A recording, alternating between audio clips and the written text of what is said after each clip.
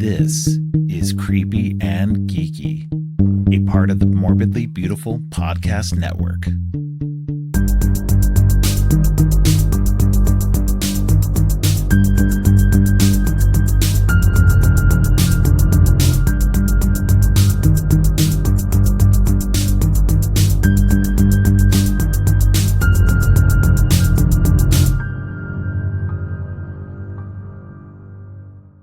Welcome to Creepy and Geeky. I'm your host, Robert, and on today's episode, we're continuing along in the Marvel Cinematic Universe with Thor, the Dark World. Joining me for this journey into mystery is Kat Voleur. Kat is the co-host of Slasher Radio and the Nick Effin Woo Cage cast. She's also a writer whose debut book, Revenge Arc, is available for pre-order now and will be released in August. Welcome back to the show, Kat. Thank you. Thank you for having me. Yeah, I'm always glad to have you on. You've saved my bacon a couple of times, so that's been good. Um, but yeah, so we are going to be talking Thor: The Dark World, which is a movie. I'm really glad that I'm here for Thor: Dark World. Okay. I was kind of in an abstract way. I was glad that it was available for me to take. But after the rewatch, I'm ready to double down. I, I think I might be the only person who will specifically defend Thor: Dark World. So I'm glad it's me. Well, here's my overall thought on it. I This last time when I watched it, I gave it 2.5 stars on Okay. Letterboxd. So it's about halfway. So I don't think it's the most terrible movie. It's definitely the one I think that's lowest on my ranked list of Marvel movies. But again, Mhm. like I've said before, I don't think Marvel makes anything necessarily bad. I think Mhm. that most of the movies are okay to great. And this one just falls into the okay category for me. I know there's probably people out there who love this movie and will defend it all day long, but it's it's not a bad movie. I just think it suffers from a bland villain and no real direction at times. And that's Mhm. the biggest like issue I have with it. What are your overall thoughts on So my overall thoughts, I think Marvel movies have, for me, for in terms of like how well they work, there's a very large scale. Like I really don't like some of them. I will die for some of the other ones. Like I'm all over the place with the MCU. And this one, I will say this is like a middle of the road Marvel movie to me. I'm not caught up still, so I don't have like a full rankings list, it? Right. but it falls mid-tier for me now. I will say catching up with some of the newer ones, I'm willing to say this is in the I it's a guess, but I'd be willing to guess that it is in the top half of Marvel movies. Like it's Oh, interesting. and it has issues. I'm not going to say by Yeah. any stretch that Dark World is perfect, but I think it really doesn't get enough credit for a few points. I have a few things that I'm excited to talk about that I think it does really well. Well, that being said, I'll mention a couple of things that I thought were really well done as compared to like the first Thor movie. Because the first Thor movie, it kind of balances some of the stuff that's going on in Asgard, but it's mostly earthbound. So you mostly That's have the action happening there, whereas in this one, most of the action's happening in Asgard or, elsewhere. this So is you get a one bigger, thing broader view of Asgard. Sorry, go ahead. that I'm obsessed. Oh, no, I'm the one cutting you off. I'm sorry. That's the one thing though that I'm glad you brought it up because I think it's the one thing that Dark World does. And I'm going hot take here, incoming hot take. I think Dark World arguably does this better than any other Marvel movie. Like Okay.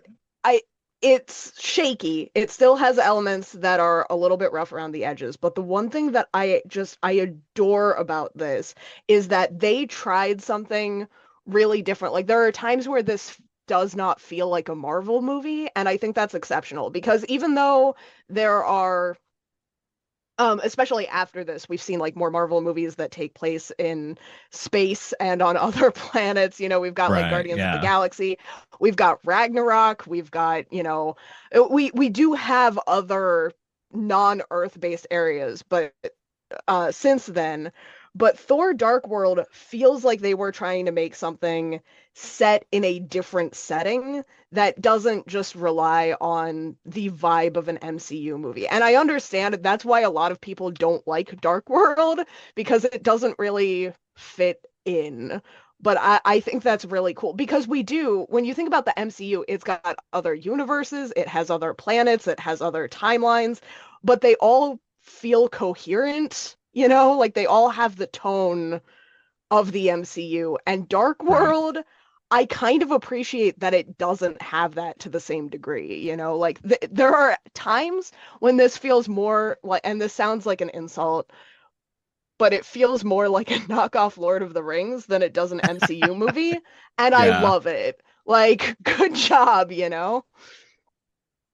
Yeah, I can see that. You know what? It's interesting though too because it's an aspect that they're trying to pull off in Thor that does not come off well to the mainstream, I guess, Marvel audience, whereas something like Guardians of the Galaxy did. And I think that's Yeah. because with Guardians they kind of lean into the humorous, the absurd, hey, this is alien planet, so we got to make it kind of goofy-ish. And Mhm. whereas with the Dark World, they're kind of trying to just play it straight, and it doesn't like work as well, I guess. It's maybe I think that maybe, and because like you said, because it feels like a knockoff Lord of the Rings, it has that weird feeling like is like I don't know, it just feels weird and off to me. I think that's because it does. When you watch it, especially if you watch it with like the other Thor movies or Yeah. really any other set of MCU movies, it it's going to be the odd one out pretty much every time Right. because it's not goofy, and they take the other locations like you said, like they play it very straight. And even though it doesn't land 100%, I remember the thing with Dark World because this was very often in my MCU experience, I'd come out of the theater going, "What?" And everyone else was super hyped. I think this was the only MCU movie I had the reverse reaction with, where like Dark World got me so hyped for the MCU because there was this feeling walking out of the theater like, oh, we're going to get a variety of like settings and tones, and I loved the concept of going more serious with Thor. Right. I'm kind of sad that we didn't have that because Ragnarok also takes place not on Earth, but it is kind of goofy and silly, and Right. They like took the we Guardians immediately formula walked and it back. yeah. Yeah, Ragnarok feels more like a Guardians movie to me than like No, a Thor movie. yeah, and I think that's interesting though too because when we look at the wild like stuff like Thor Ragnarok or the latter two Thor movies, and we look at the Guardians movies and we look at the Ant-Man movies as well, they lean into this absurdity level that kind of in a way kind of has to happen. Like they're still playing it seriously. I mean, some of the greatest like moments in Marvel are in like the Guardians of the Galaxy. Like some of the most Yeah. tear-jerking sad moments are in those movies, but you're still doing it from like characters who are like Yondu, being Mary Poppins, y'all, and stuff like that. They balance it well, and that's where I think even with the Ragnarok, it balances it well enough for me anyway. And most people seem to really enjoy Ragnarok. That they manage to balance that weird absurdity and stuff. Where I think when you play it too straight, like they do in Dark World, that it comes off just not good enough, I guess. I don't know. For most people, I think that's For where most people come from and seem to have a disconnect with it as I compared and to I do later. understand the disconnect.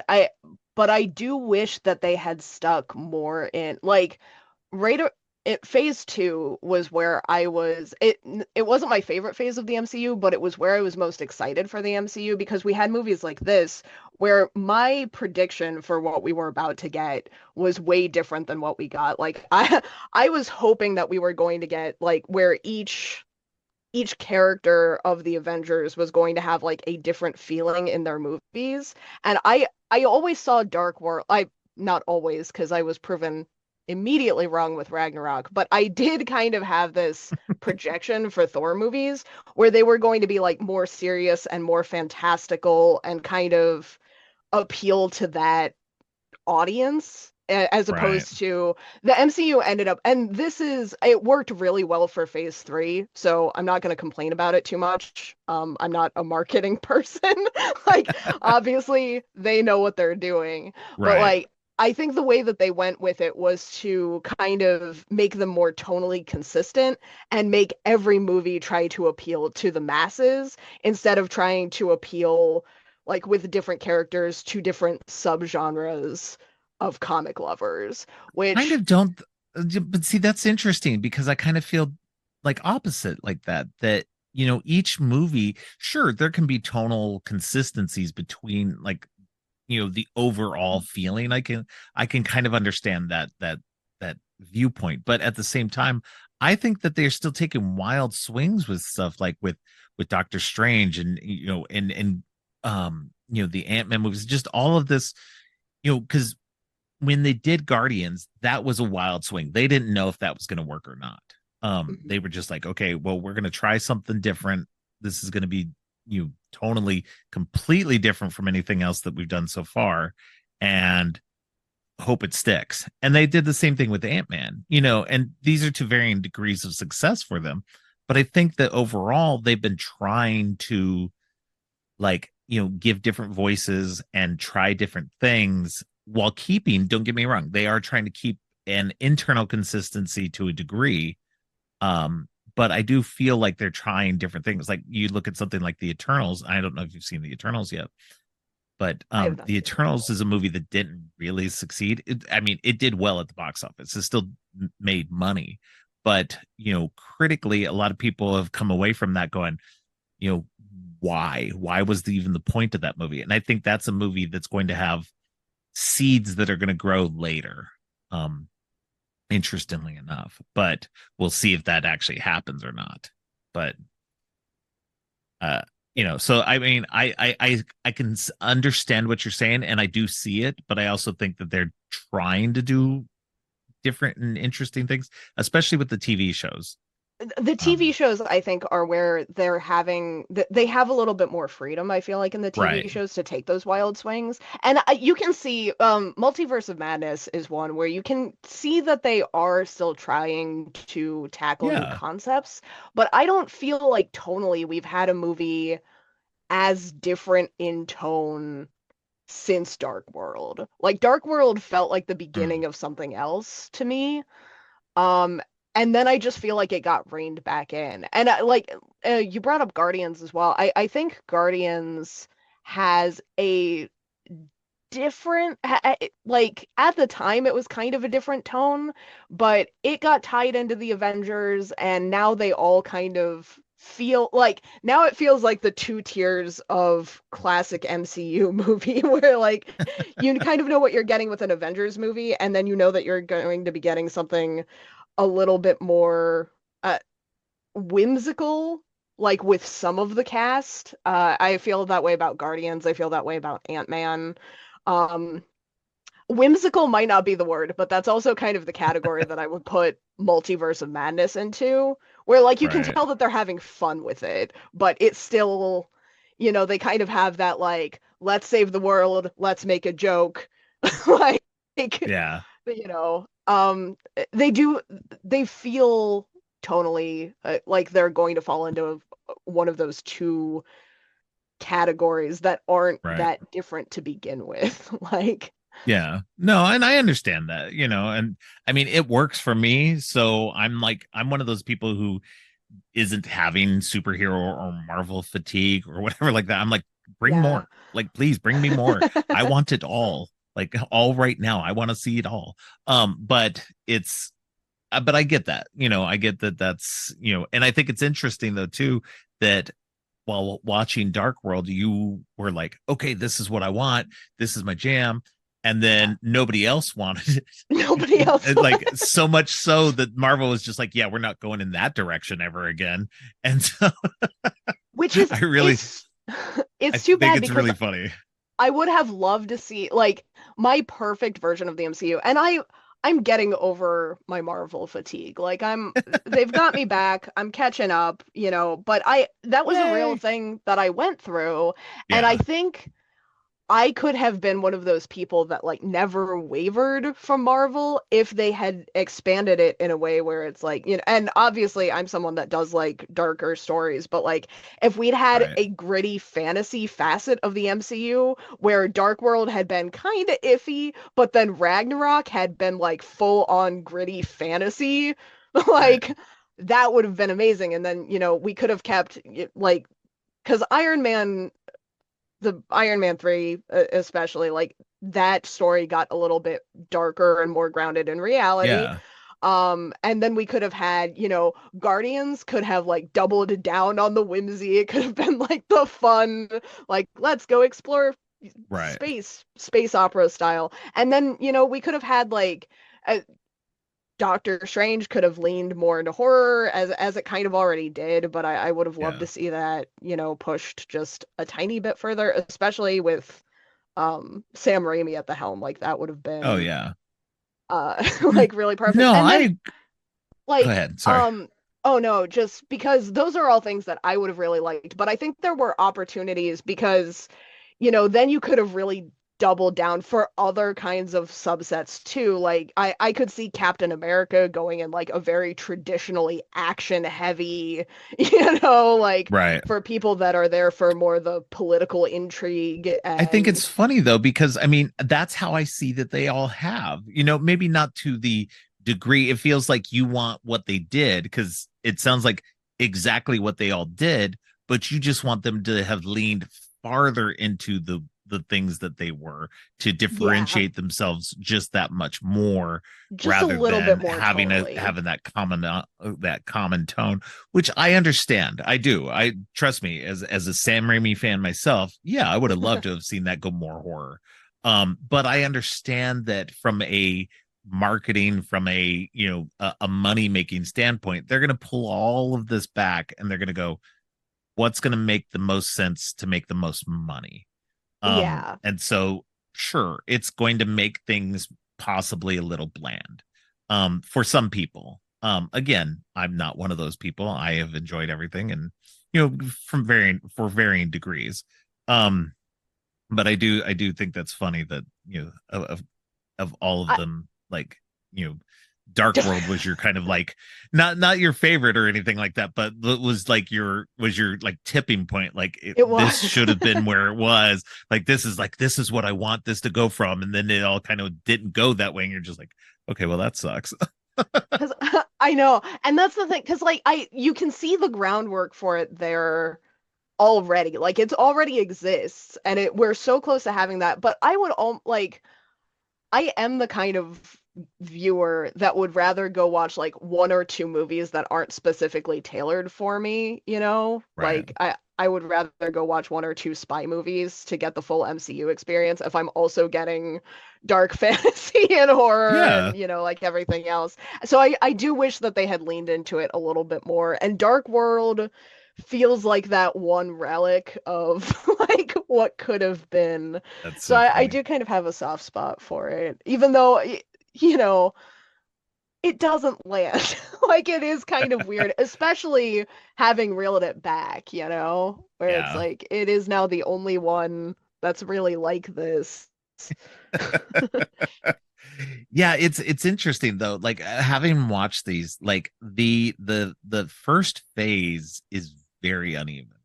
Hmm. And you and I talked about this on the Iron Man 2 episode, that it's just the first phase was just kind of up and down. Like, there were, of course, Iron Man was good, Hulk was kind of middle, Iron Man 2 was kind of middle range. The first Thor was okay, it wasn't bad. It's not my favorite, of course, but I like it better than Dark World, of course. But and Captain America was I really enjoyed the first Captain America. The I've always first enjoyed all Captain the Captain America. America is so good. It's really good. I like all the Captain America movies. Civil War is a little bit on the fence for me, but overall I enjoy all the Captain America movies. But um yeah, it's like once it hit phase two, it like I don't know it.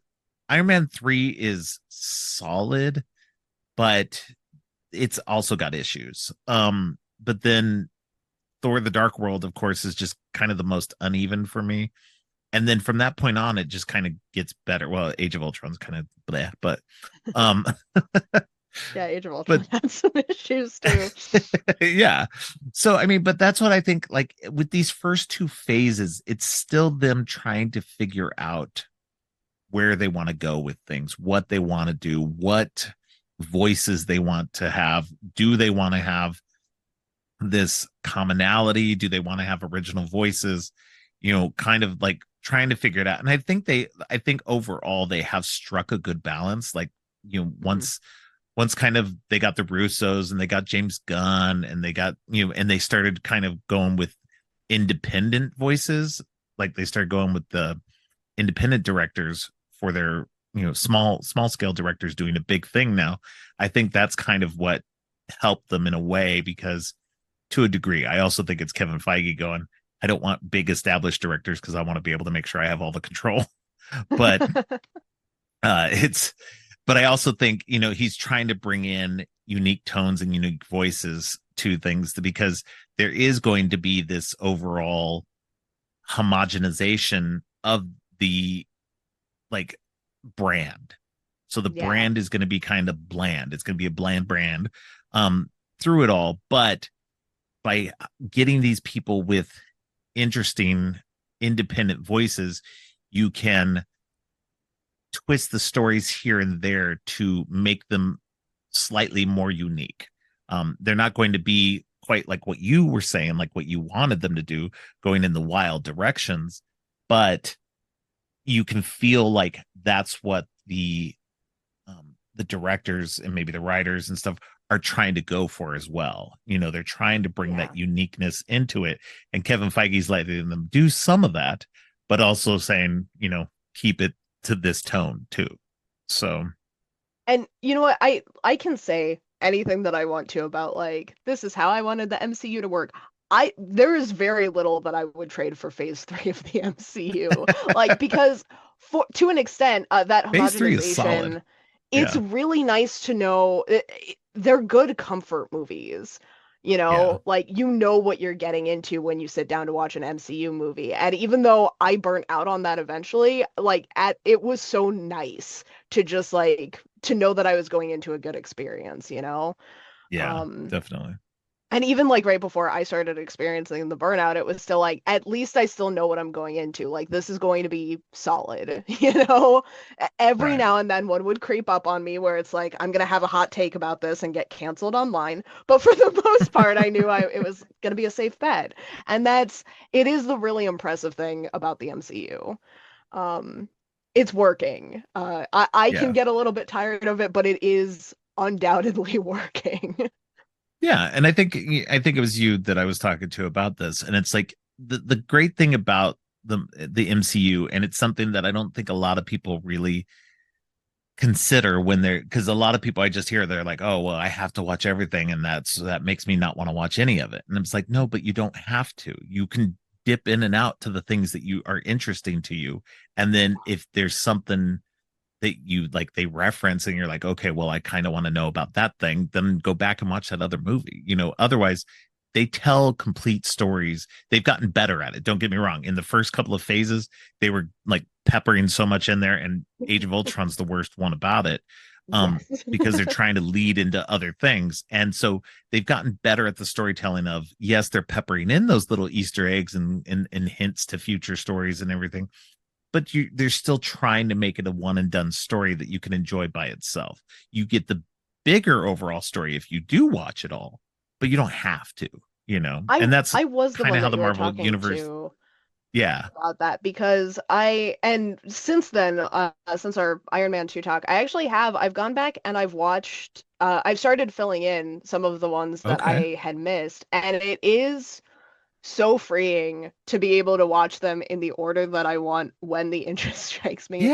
And Yeah. it's like the pressure, I still feel, I don't want to say like I'm missing stuff, but there is still kind of like that inclusivity that I had in the first three phases where I was like in on all the Right. jokes, and there is kind of a nostalgia for that that I miss sometimes.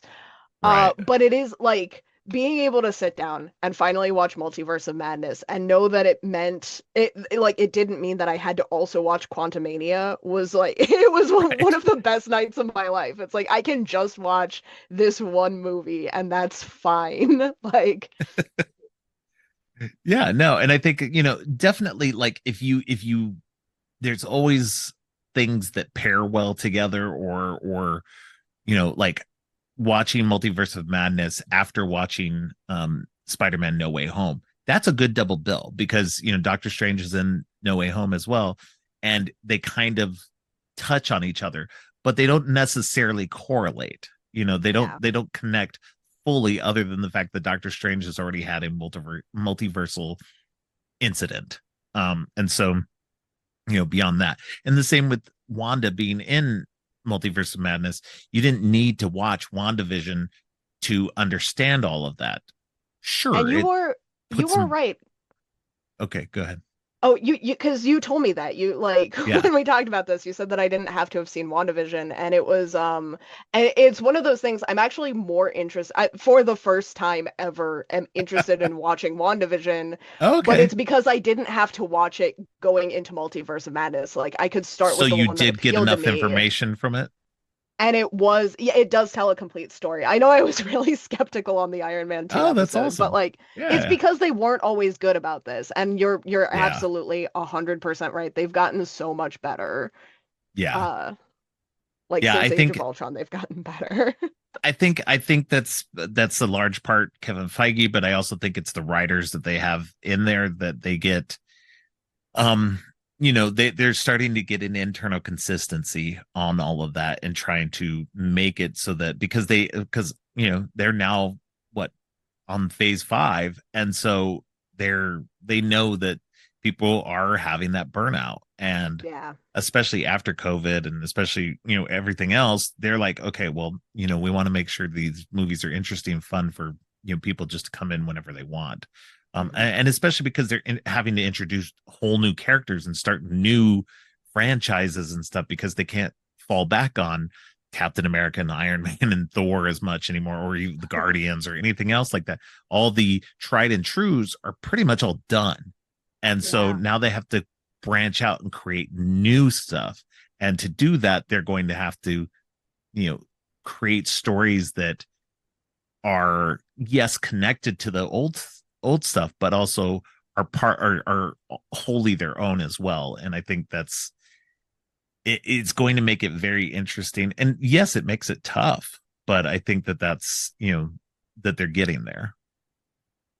They are. They've gotten so much better. I, that is it's impressive because it's a big task. But it's better and it does help so much with burnout. The other one too, you mentioned No Way Home pairing well with Multiverse of Madness. Multiverse of Madness also is the one that made me think that it might be worth going back for No Way Home because Oh yeah. Spider-Man in the MCU was kind of the weak links for me. Like I was not Okay. I thought they were okay, but that's not, but Oh. I will live and die that Tobey Maguire is my Spider-Man. Oh So it man. was No, like, no, no. yeah. So those Ah, were no. like a little bit rough for me. I remember like I was still fighting about Tobey Maguire and Andrew Garfield when Tom Holland got introduced, and it's like I'm not ready for this. Like I'm See, Tobey I liked Maguire got me into comic book movies. Like what is I this? like I like Toby Maguire. Don't get me wrong. I do. I just don't feel like he is Peter Parker. It's fine. It's whatever. And that's what's crazy for me too, is because they're Sam Raimi movies and I want to Yeah. love them, but he chose the weirdest actors to be Peter and MJ for me. And I'm just like, no, why? See, those So it just doesn't work as well for me as like I like so my and I'll say this, this is my hot take, but my preferred Spider-Mans are Tom Holland, then Andrew Garfield, then Tobey Maguire. So Wow. So it's Tobey Maguire, Tom Holland, Andrew Garfield for me, which is sad because I like Andrew Garfield as an actor. I yeah, just did not like those Spider-Man movies. yeah, Like, so that's kind of, but I will say Tobey Maguire does have a huge advantage because those I had not read a comic book. Not that I ever got through like a full phase because we talked about this on the Iron Man 2 episode. I would just kind of read whatever comics I could get my yeah. hands on. But the thing that started that was the Sam Raimi Spider-Man. So it's like seeing that that was my entry point into comics. I do think Tobey Maguire has a little bit of an advantage there. Well, I think you should definitely watch No Way Home if you haven't yet. And it's I know being a fan of Tom Holland, Tom Holland's Spider-Man may not be the best for you, but it's still a good movie, and especially because it does pull in threads from I mean, it's not a spoiler anymore, but it brings in the Tobey Maguire and Andrew Garfield Spider-Man characters and the villains from that. So it's like it's Yeah. so much more fun, like having them all together and doing this whole crazy story. It's a fun story. So, but that all being Uh, said, let's get back to Thor: The Dark World, which is what um this episode is supposed to be about. yeah, circling back around. Sorry.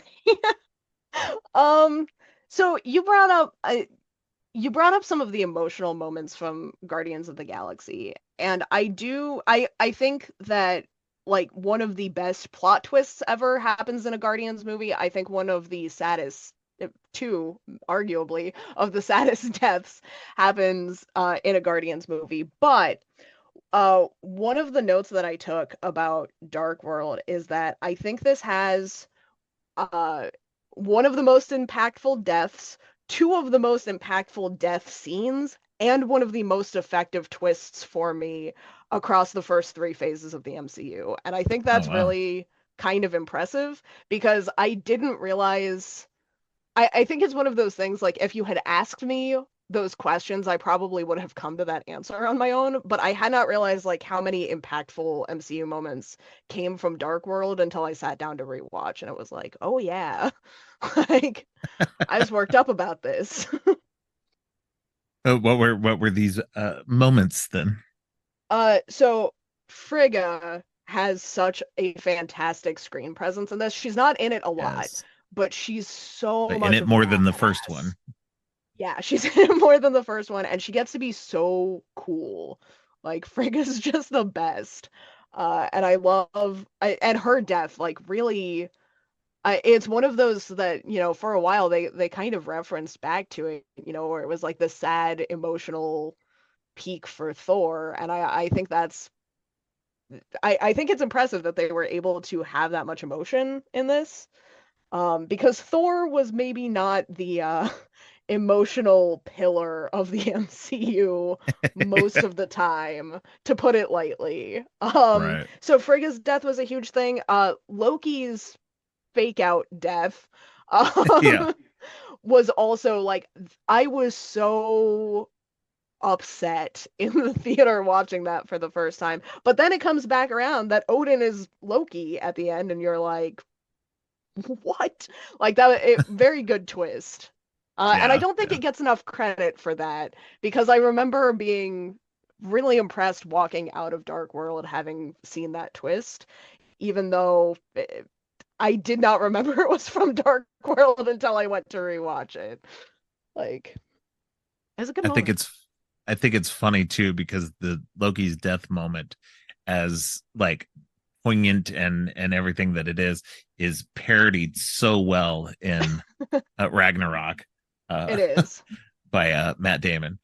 So it's it's such an interestingly weird uh moment that I mean, obviously at that point everybody knows that it's that Loki is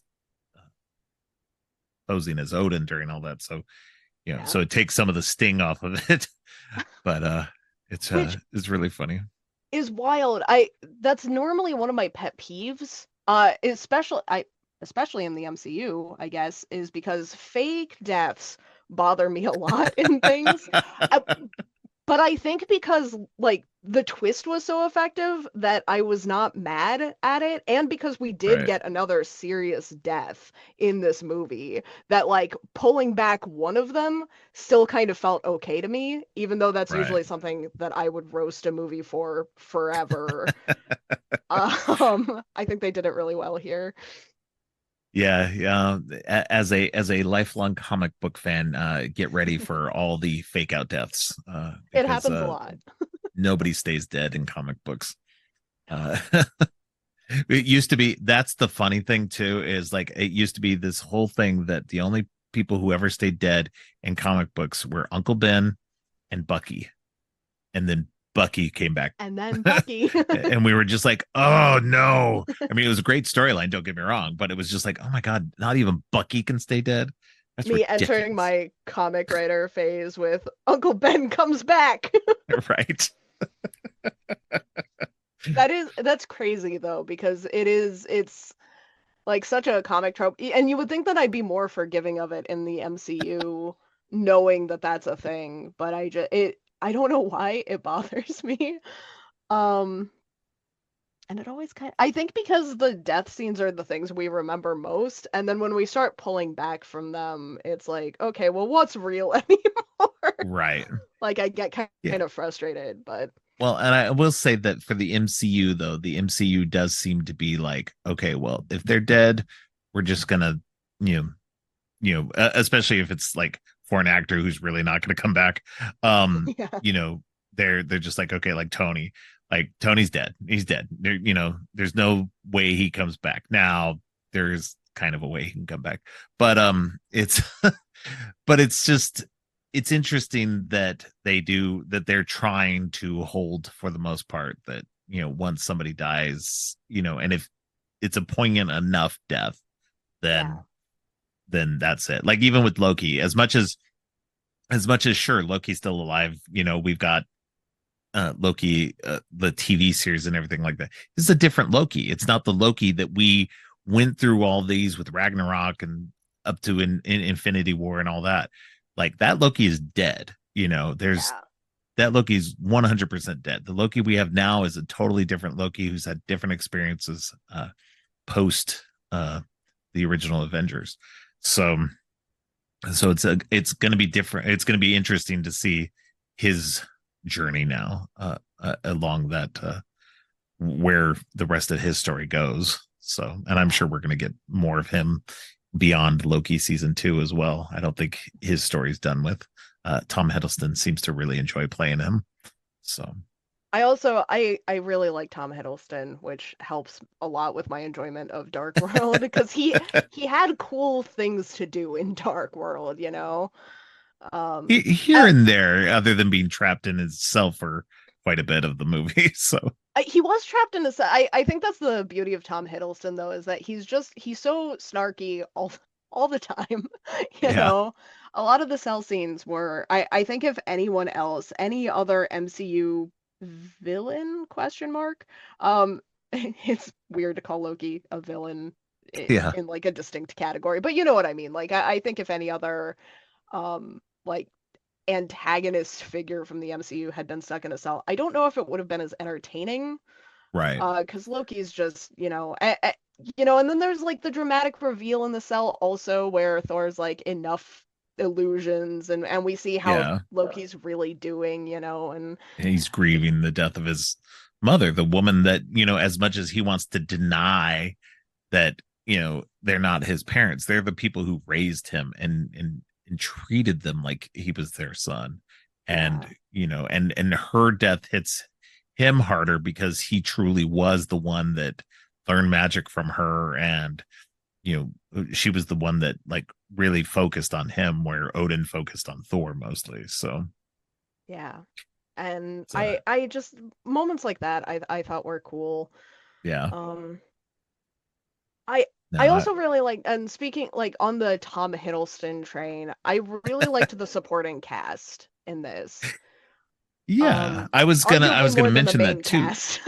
Yeah, I was gonna mention that the supporting cast seems to get a little bit more play in this at times, not always, but at play because with Jane, she's in Asgard with him this time, Hmm. dealing with the infection of the ether that she has, and so she gets to be like with the first movie we got fish out of water of him being on Earth in modern times, and then this time we got her in Asgard, and that's what lends itself to being able to explore Asgard a little bit more in this one. So it was kind of a nice switch for them. So I mean, like I said, there are good things about this movie, and that's one of them, is that bringing her to Asgard, we get a better look at Asgard itself and what's going on, the people there, um, and everything. You get more of the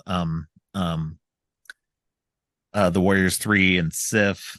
You get this little jealousy thing going on with Sif because Hmm. in the comic, well, in actual Norse mythology, Thor and Sif So far. are together, and Yeah. so it's a interesting dynamic that they try to kind of pull into that.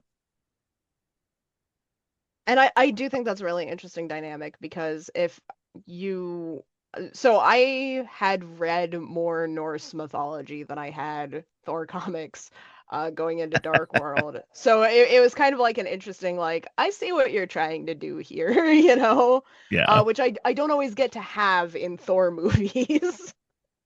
Um I actually that was also an experience that I liked about Ragnarok, I guess, was the little Norse mythology nods, but it did start yeah, here, I'd say, more than in the first Thor movie.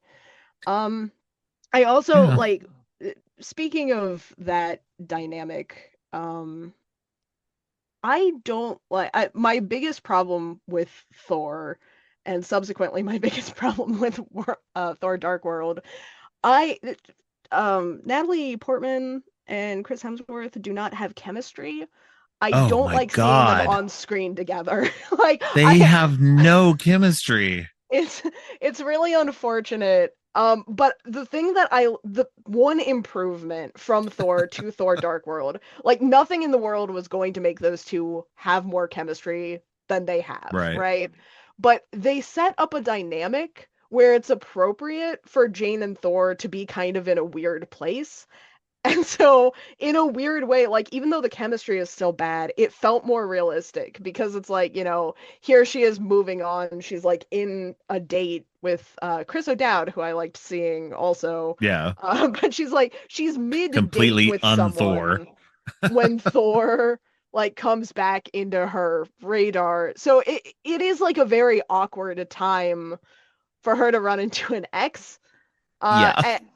and so I think their like bad chemistry, it kind of works in their favor where it's like, are we in love? Are we doing something? Like, how is this gonna work? Should I Well, get attached to you again? Like they play that dynamic fairly right. well. Well, and then it leads into what happens in Thor: Love and Thunder, and I don't know if you've seen that yet. Have you? I have. Okay, so they explore that relationship post, like between Dark World and Ragnarok, because by the time of Ragnarok, they are broken up, and Mhm. and we don't see her again, and it's not till Thor: Love and Thunder that we get the whole story behind that, and you can see that as much as they did enjoy each other, they realize they don't have chemistry together, that it doesn't work for them, and so their dynamic just is not there. And so it was funny that of all of that, sure, they can enjoy each other and be romantic with each other, but ultimately they just don't have that chemistry that will keep them together in the long run. It's more Yeah. of I think it's more of just like that, friend with benefits type of situation, really. But yeah, I'm glad other people see that as well, that they just did not have enough chemistry to sustain a good relationship on screen.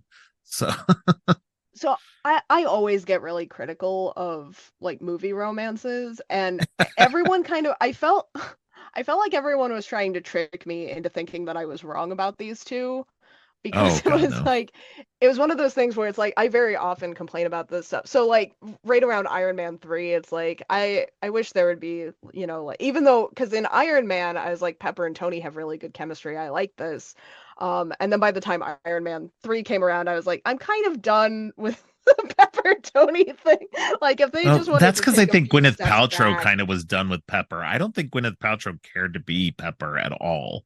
And I so don't think I just think so. she was phoning that shit in at that point. And it was just like, because Iron Man 2, they still had pretty good chemistry. They had that antagonism and everything. But by Iron Man 3, it just was kind of blah. And so, yeah, Yeah. no, I agree. So It's I like, I was going through that. I was go ahead. complaining about Sorry. that. I wasn't a huge fan of Agent Carter, but that, which has less to do with their chemistry and more to do with just that dynamic was always going to be weird. But I everyone's liked like, you Peggy complain Carter. about all the I did, and that's things. what I was gonna say. I liked Peggy Carter and Cap more than I liked Sharon Carter and Cap. Sharon and him Yes. have like Ooh. dead chemistry, like nothing. Like Mm-mm. like everybody's like bitching about her. Like I don't know if you've seen Falcon and Winter Soldier, so I don't want to spoil anything. But but yeah, so she has a character moment in Falcon and Winter Soldier, and I'm like, okay, I'm fine with that. Everybody else is like, no. I'm like, no, I'm good. So like the less she stays away. I mean, obviously, I mean, you know, Steve isn't going to have anything to do with her because he was always for Peggy, but which I was fine with. They seem to actually have some chemistry. So They have really good chemistry. yeah, I did not like the dynamic though, and it was not even their dynamic in the first Captain America, but it's like, even by the end of the first Captain America, you're like, okay, so yeah, what was all that set up? Like this is gonna come back in a way I'm not gonna like.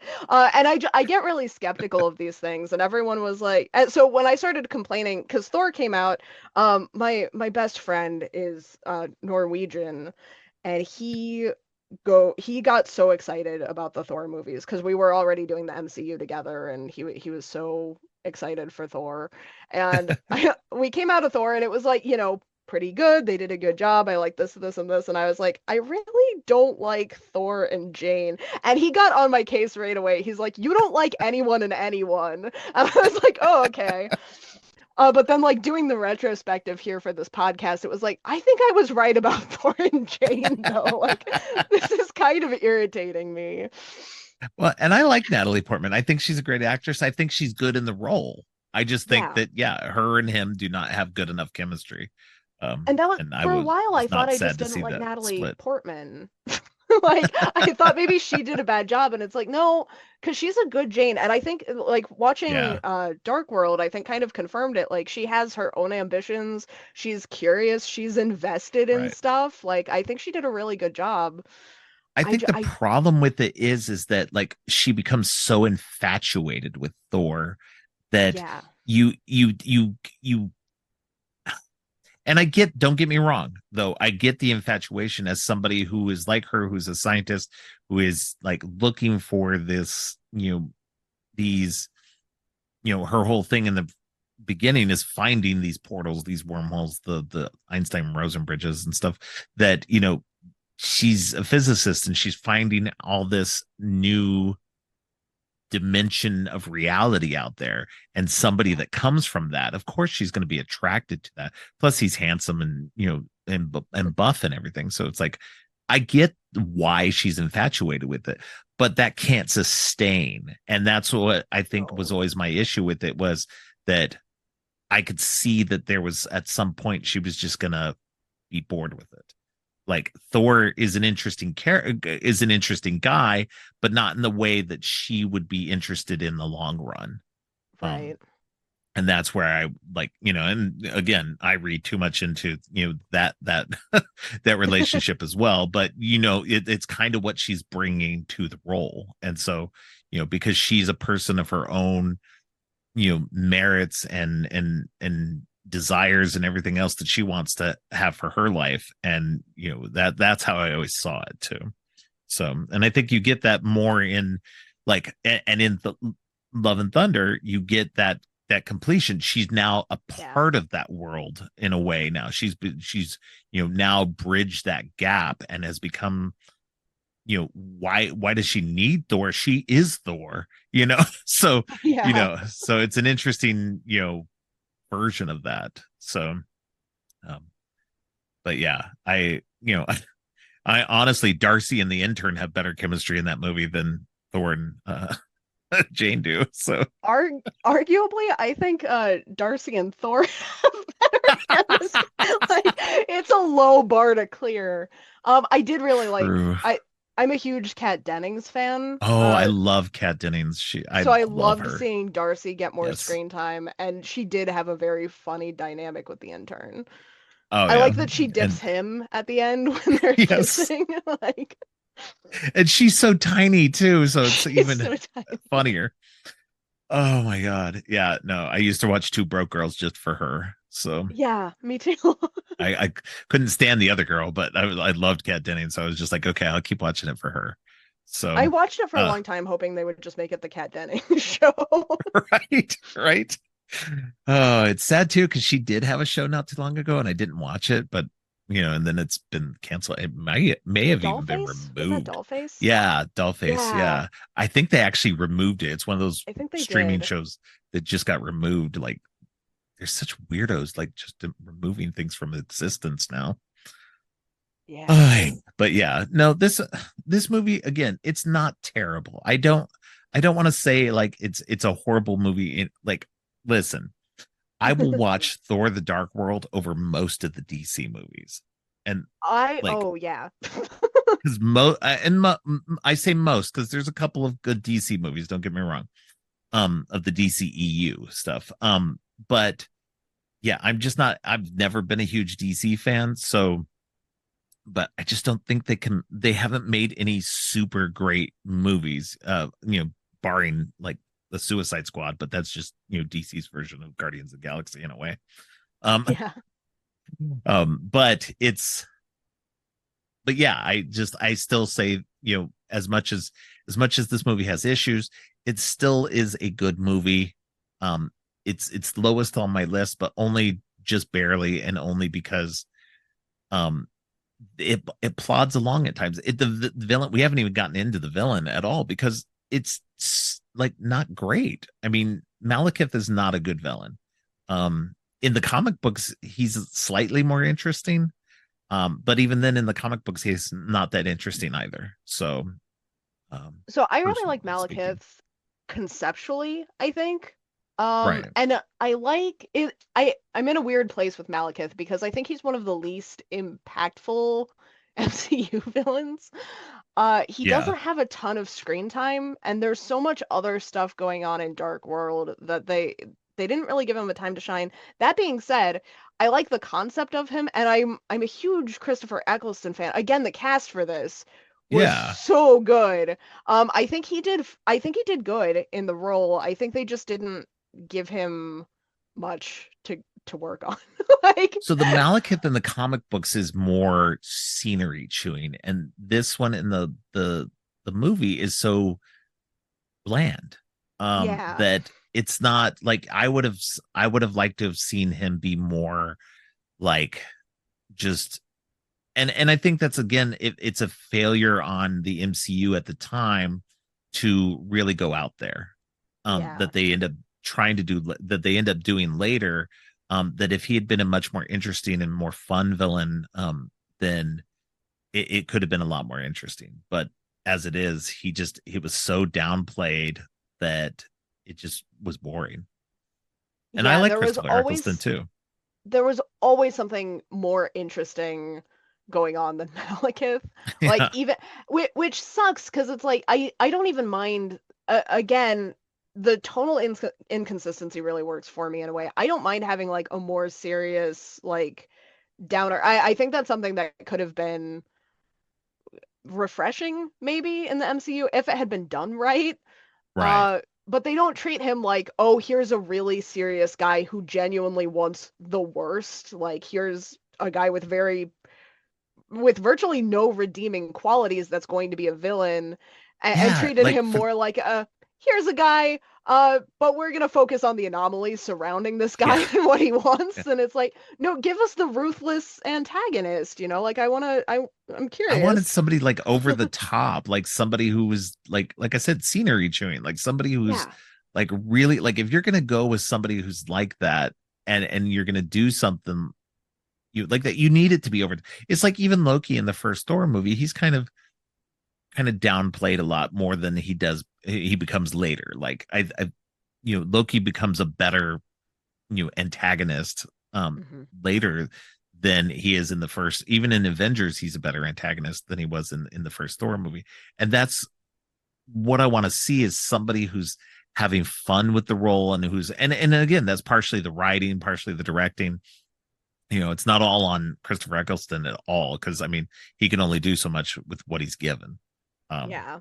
but it's just, yeah, I would have liked to have seen more, just somebody bigger and badder and more kind of crazy And for even that. like the aesthetics for this too, because we talked about it, like the tone being different with Yeah, this one. It's also a very dark movie from a dark, visual yeah, perspective. Like yeah, the dark very world wasn't gray. just a thing they said. It was like it Yeah, was gloomy, and the ether was very kind of unsettling very looking. muted. Yeah, And I really liked, again, the visuals were kind of refreshing to me, but it's like when you already have such a muted, like dark environment, let the villain use that, yeah, like set him up to be a badass. Like I do think that Malekith had maybe the most untapped potential of an MCU villain. right.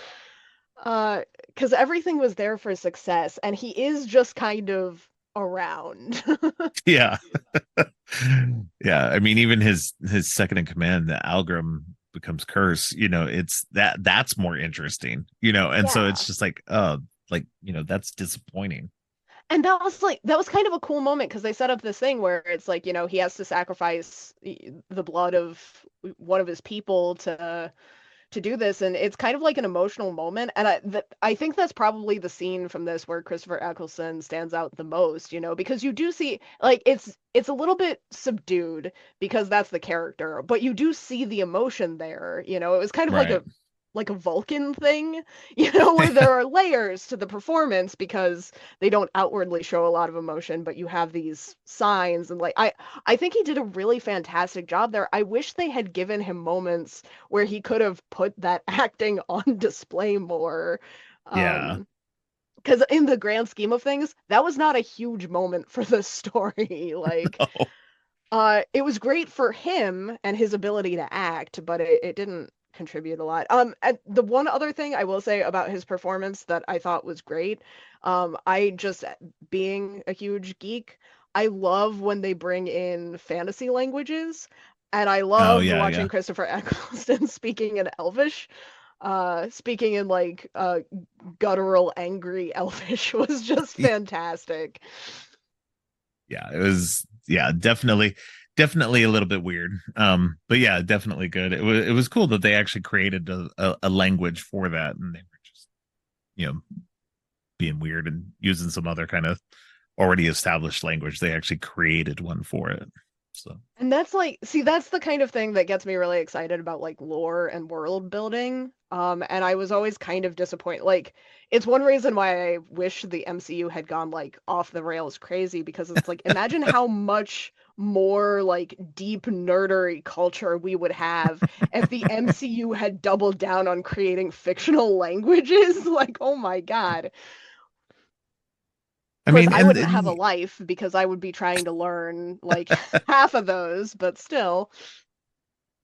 and let's just say, they're not done. That I Yeah. think in a way they are finally starting to, sure, they're still having a consistency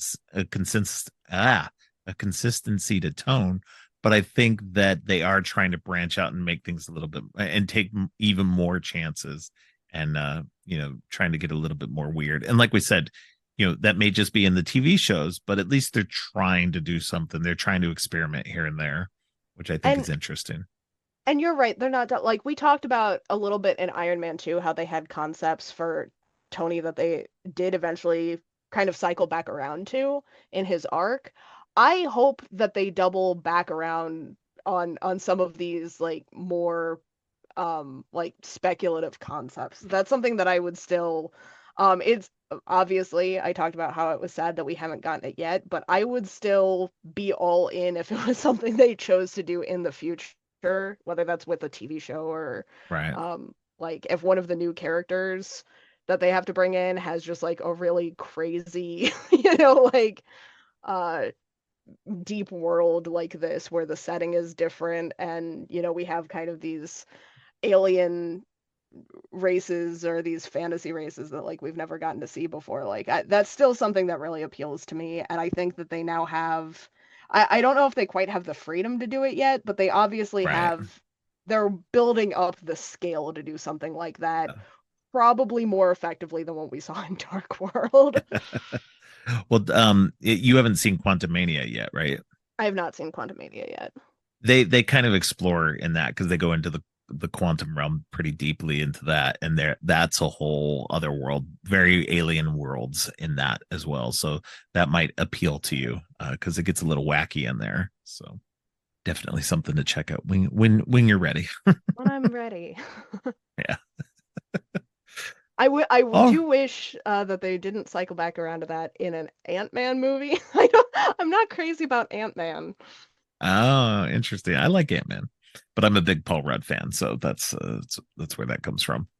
So, That's fair. but but yeah, do you have anything else you want to mention or talk about the Thor: The Dark World that we haven't No, already? I think I brought up all my I like the cast was great. I liked the concept. The aesthetics were really cool. I think this one gets kind of downplayed in a lot of rankings, but I maintain that this is a solid mid-tier MCU movie for me. All right. Yeah, I think it's okay. It's not one I go back to often, and probably won't go back too often. But it's okay. Like I said, it you compared to other comic book movies in general, it's still far ahead of a lot. So I'll give it that. And just in general, I always give, obviously being a huge Marvel fan, that I will always give them higher marks than anything else. But Oh, can I that's squeeze one that's just me. final hot Yeah, take in here? of Just to course. frame this Hot one different takeaway. way. This is my favorite Thor movie. Oh, that is a hot take. Okay. Yeah. Coming hard for the Thor fans today, I guess, but this is my favorite uh, one. say Ragnarok is mine, of course, but and it's actually probably like it's pretty tied up there with my top uh, uh of all Marvel. So Ragnarok's my second. Um, okay. I See, and I because would I, feel like Ragnarok goes deep into what you want, like goes into that weird and wild and kind that's of the stuff. thing that I like about both Ragnarok and Dark World is that they go like deep into a lore. The defining feature is that I feel like this was more what I wanted from that lore, like especially from Asgard. Like I really liked that they had chosen kind of a grittier aesthetic for it. Mm, Which puts Dark World above Ragnarok, even though Ragnarok as a movie is very solid. It was just yeah, something I felt like I had seen. gotcha. Yeah. All right. All right. Well, I appreciate you coming on. Why don't you let people know where they can find you online? You can find me on Twitter, which is functional again, at Yeah, cat for now. underscore velour for now. You can check out my website, catvelour.com. And you can find me on Instagram at catvelour. Right. And yeah, well, I appreciate you coming on. Thank you Yeah, very thanks for much. having me. Thanks again to Kat for joining me on next week's episodes. Join me on Monday for the finale of my sequel series with Scare Package and Scare Package 2, Rad Chad's Revenge, with guest Onika J. Then on Friday, we keep trucking on phase 2 of the MCU with Captain America Winter Soldier with guest Violet Hammond. Thanks for listening. Creepy and Geeky is a part of the Morbidly Beautiful podcast network. Please check out morbidlybeautiful.com/podcasts for more great shows. If you like what you've heard, please consider giving the show 5 stars and a review on Apple Podcasts and Spotify. Also, please share the podcast on social media to help spread the word. Make sure to subscribe on your favorite podcast app or at creepyandgeeky.com. Music for the podcast is Gratitude, composed by Jerry Smith.